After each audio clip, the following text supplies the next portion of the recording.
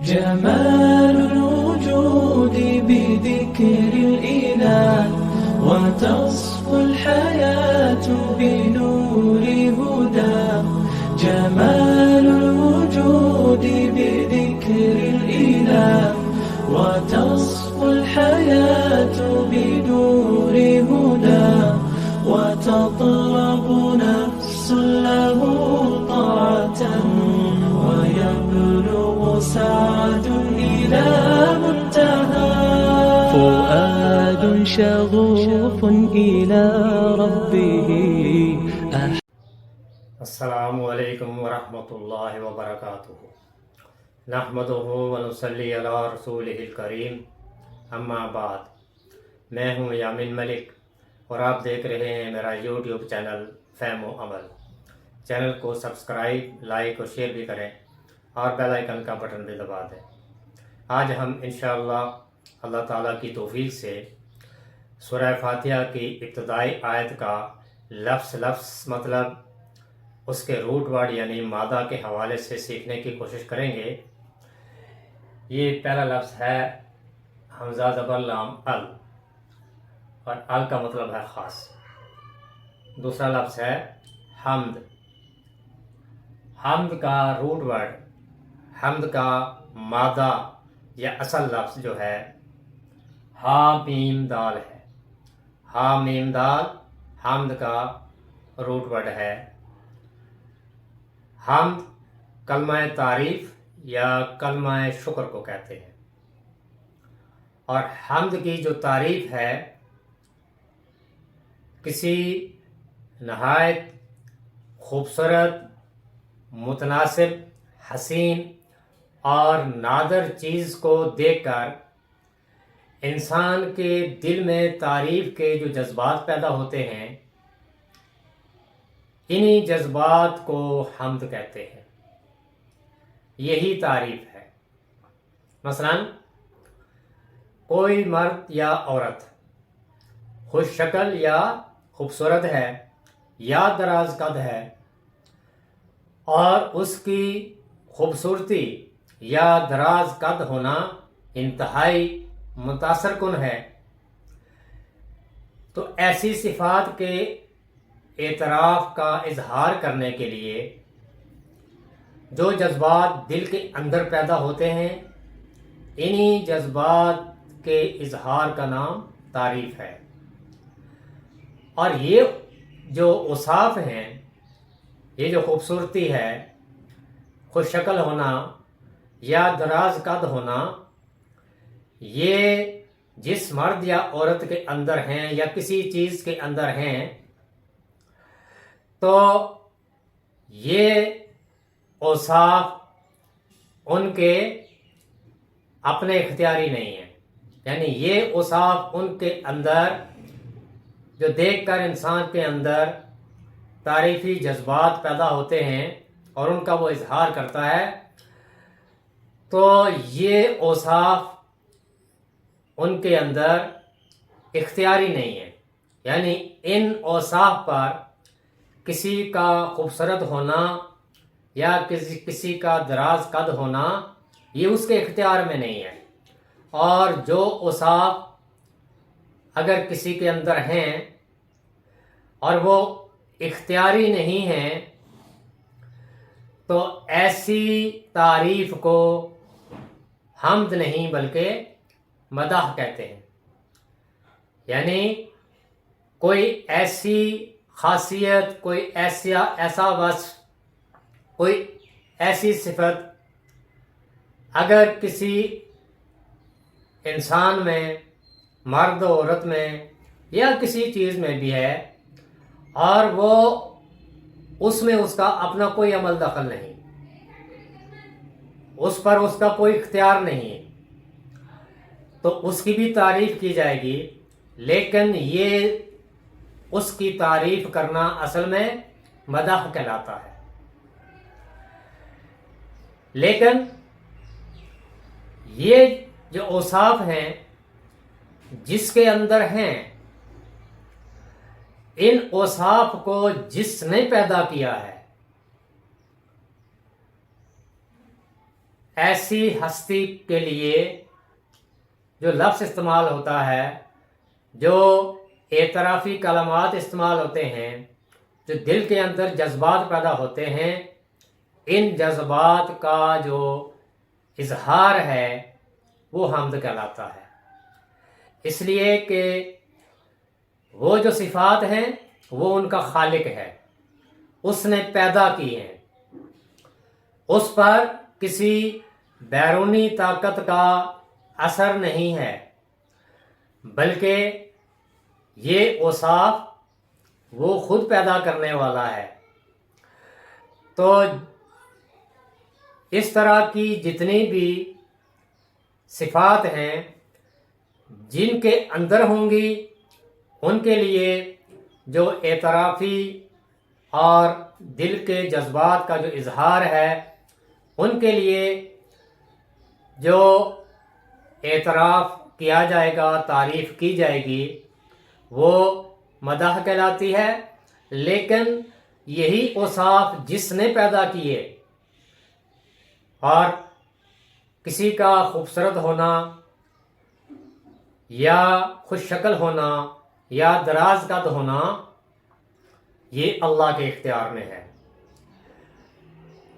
کسی انسان نے اپنے آپ کو خود سے خوبصورت نہیں بنایا، دراز قد نہیں بنایا، یا اس کے اندر جو کوئی بھی خاص صفت ہے وہ اس نے خود نہیں بنائی، خود نہیں پیدا کی، تو اس کے لیے مدح کا لفظ استعمال ہوگا۔ یہ تعریف مدح کہلاتی ہے۔ اور وہ اوصاف جس نے پیدا کیے، پیدا کرنے والی اللہ تعالیٰ کی ذات ہے، تو چونکہ اس کائنات کو بھی اللہ تعالیٰ نے پیدا کیا ہے، اور اس کائنات کے اندر ہر چیز میں جو کوئی خاص صفت رکھی ہے، ان صفات کا پیدا کرنے والا بھی اللہ تعالیٰ کی ذات ہے۔ لہذا اللہ تعالیٰ کی ذات کے لیے جو تعریف کی جائے گی، اس تعریف کو حمد کہتے ہیں۔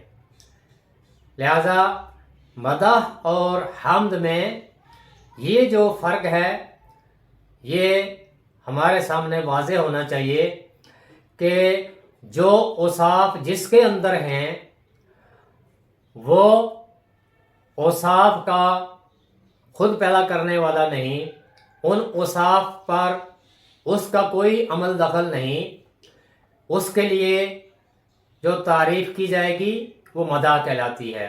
اور یہ جتنے بھی اوصاف ہیں جس نے پیدا کی ہیں، وہ اللہ تعالیٰ کی ذات ہے۔ تو ایسے جذبات کا اظہار کرنے کے لیے، اعتراف کرنے کے لیے جو تعریف کی جائے گی، وہ تعریف حمد ہے۔ تو جو صفت جس کے اندر ہے وہ صاحب کمال ہے، یعنی وہ کمال اس کے اندر ہے، چاہے وہ اس کا خوبصورت ہونا یا دراز قد ہونا یا کوئی اور بھی صفت۔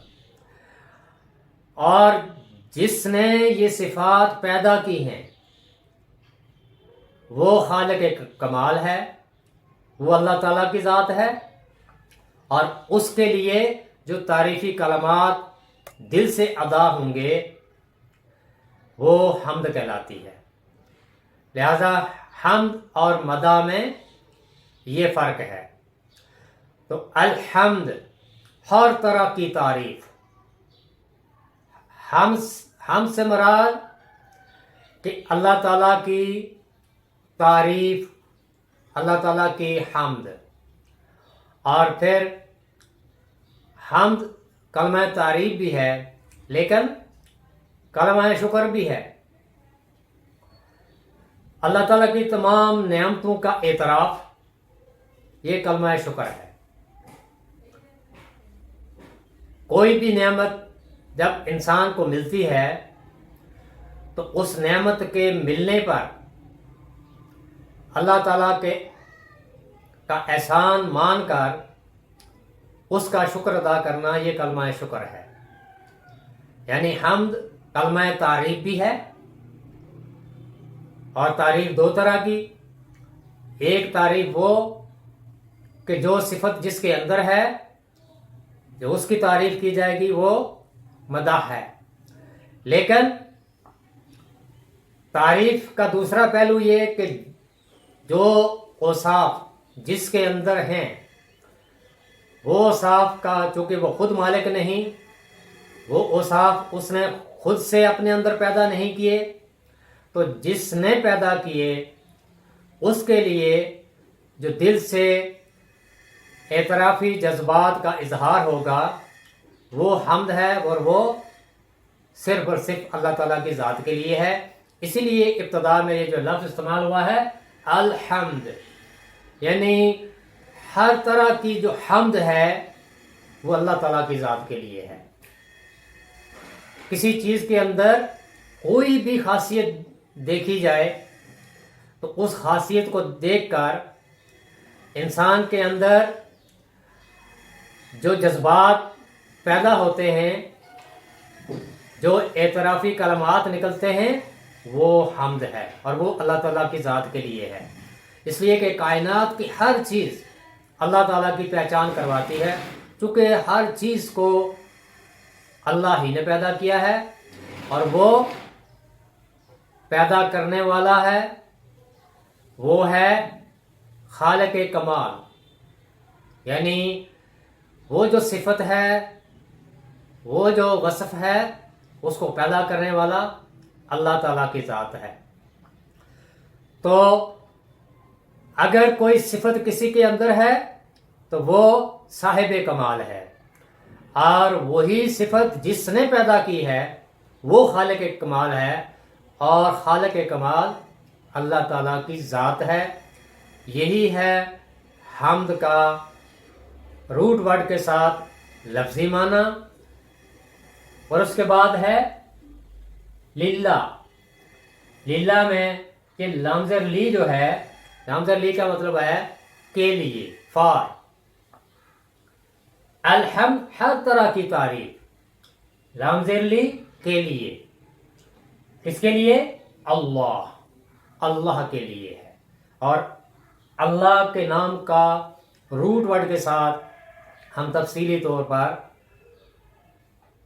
سارا مطلب پڑھ چکے ہیں.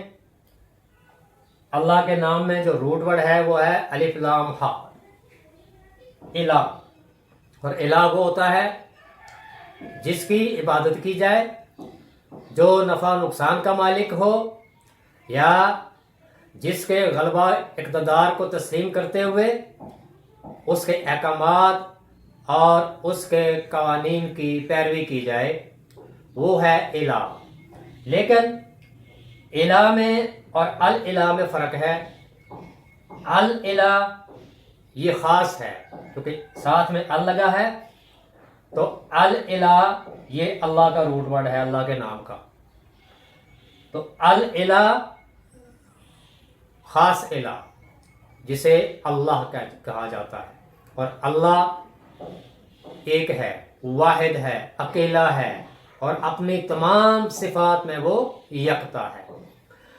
تو ان الفاظ کا جو لفظ مطلب روٹ ورڈ یعنی مادہ کے حوالے سے بنا ہے وہ ہے الحمد، ہر طرح کی تعریف للہ، اللہ ہی کے لیے ہے.